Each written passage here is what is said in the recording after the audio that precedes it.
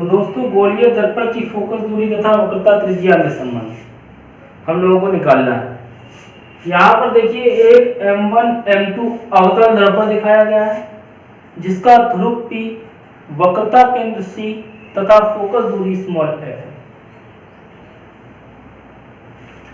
तो देखिए परावर्तन के नियम से सबसे पहले एक प्रकाश किरण मुख्य अक्ष के समांतर जाती है।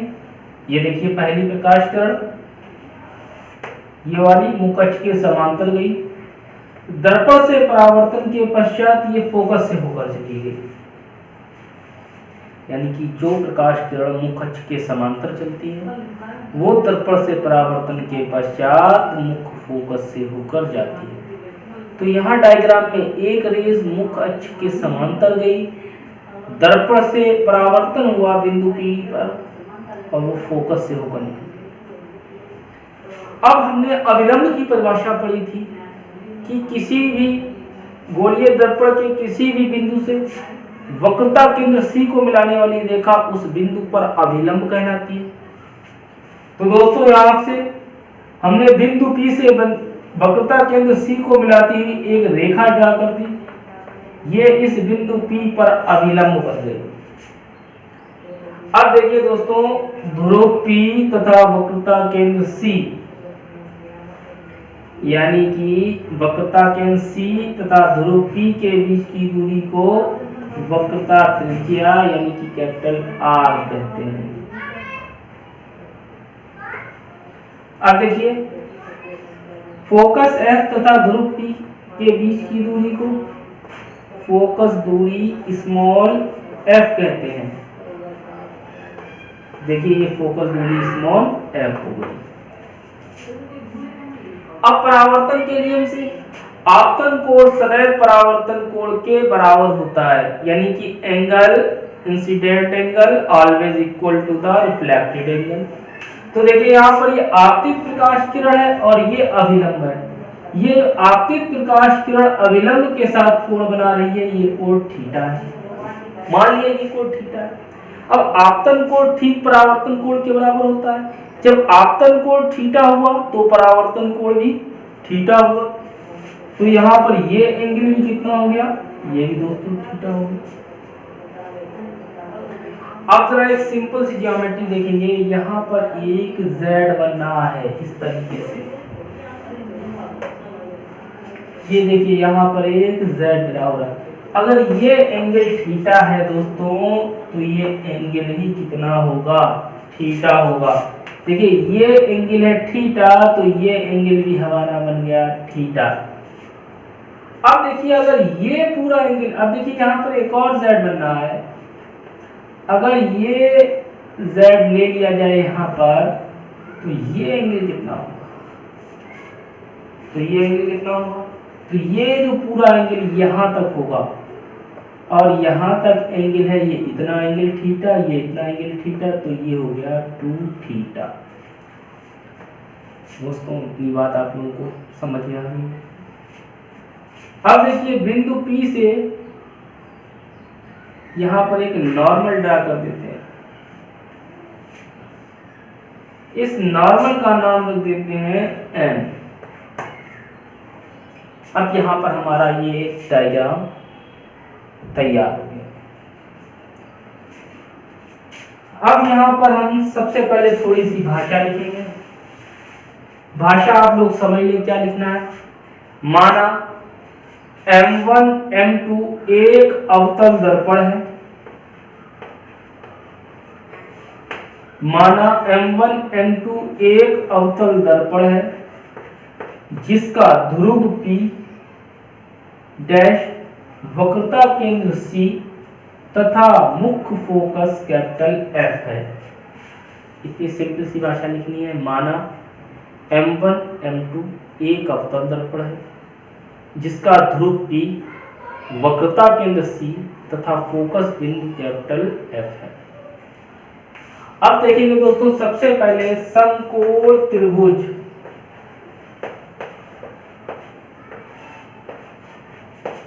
सबसे पहले दोस्तों त्रिभुज लेंगे CPN में। तो सबसे पहले दोस्तों ने चुन लिया CPN में, आप लोगों को दिख रहा होगा CPN। अब CPN त्रिभुज में लगाएंगे हम लोग tan theta is equal to, तो देखिए CPN में जो एंगल बना है ये थीटा बना है, तो tan थीटा बराबर होता है लंब बटे आधार, लंब बटे आधार, यानी कि परपेंडिकुलर अपॉन बेस। अब दोस्तों देखिए यहाँ पर लंब कितना है, लंब हमारा यहाँ पर ये P रहा, ये N रहा, तो लंब हमारा हो गया PN अपॉन आधार। आधार कितना है दोस्तों, दूरियां जो है वो हमारी सारी ध्रुव से नापी जाती है, ये N है और ये P है, ये छोटी सी डिस्टेंस है जिसे हम नेगलेक्ट करके ध्रुव से नापेंगे, तो हमारा यहाँ पर CP डैश हो जाएगा, हमारा जो आधार हो जाएगा वो CP डैश हो जाएगा।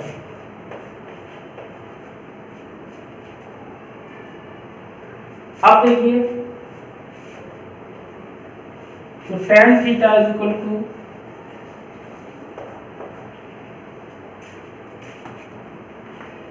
PN को ऐसे ही लिखेंगे upon CP dash, CP dash यानी कि वक्रता केंद्र से ध्रुव तक की दूरी को वक्रता त्रिज्या R कहते हैं। CP डैश की जगह पे हमने यहाँ पे R लिख दिया, या आप लिख सकते हैं चूंकि CP dash is equal to R। अब दोस्तों एक नियम ये आप लोगों को अपने माइंड में सेट कर लेना होगा, यहाँ पर जो ये एंगल बनते हैं थीटा टू थीटा, ये बहुत छोटे एंगल होते हैं, और छोटे एंगल्स के लिए एक नियम होता है, tan थीटा को आप थीटा ले सकते हैं, sin थीटा को आप थीटा ले सकते हैं। ये एक छोटे कोणों के लिए नहीं, लघु कोणों के लिए नियम है। तो यहाँ पर थीटा बहुत छोटा कोण है, इसलिए हम tan थीटा को थीटा ले सकते हैं लघु कोणों के लिए।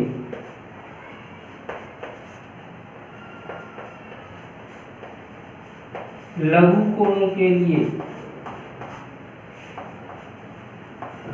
tan theta equal to theta लेने पर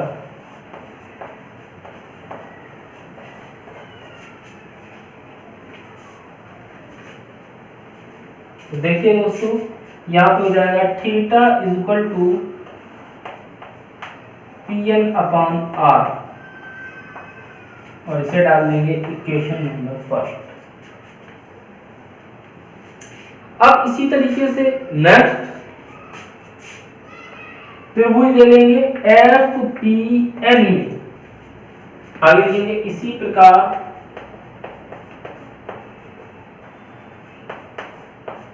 त्रिभुज FPN में। अब FPN में भी ले लेंगे tan थीटा बराबर लंब बटे आधार। अब यहाँ पर जो हमारा थीटा है वो 2 थीटा है, अब tan थीटा tan 2 थीटा, फिर होता है लंब बटे आधार।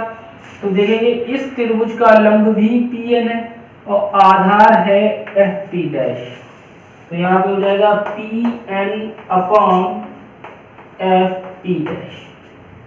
फिर देखिए 2 थीटा भी बहुत छोटा एंगल है, स्मॉल एंगल है, इसलिए हम लोग tan 2 थीटा को भी 2 थीटा लिख सकते हैं।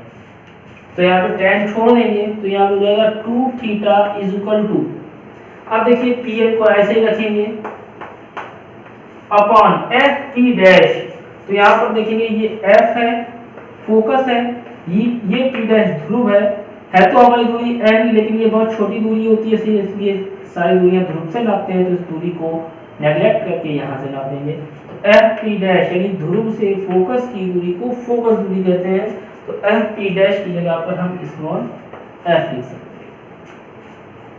अब देखिए दोस्तों आगे, अब यहाँ पर थीटा है और थीटा का मान समीकरण से हम यहाँ 1 से लिख सकते हैं, तो हम लिखेंगे इसे समीकरण नंबर 2 डाल देंगे, आगे लिखेंगे समीकरण 1 से।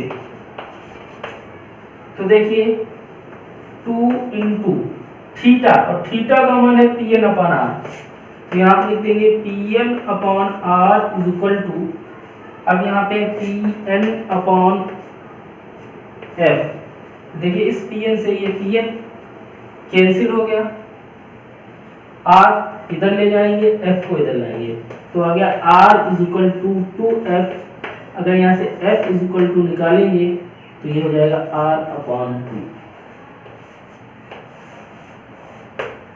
प्रूफ। यही दोस्तों हमारा फोकस दूरी तथा वक्रता त्रिज्या के बीच संबंध होता है।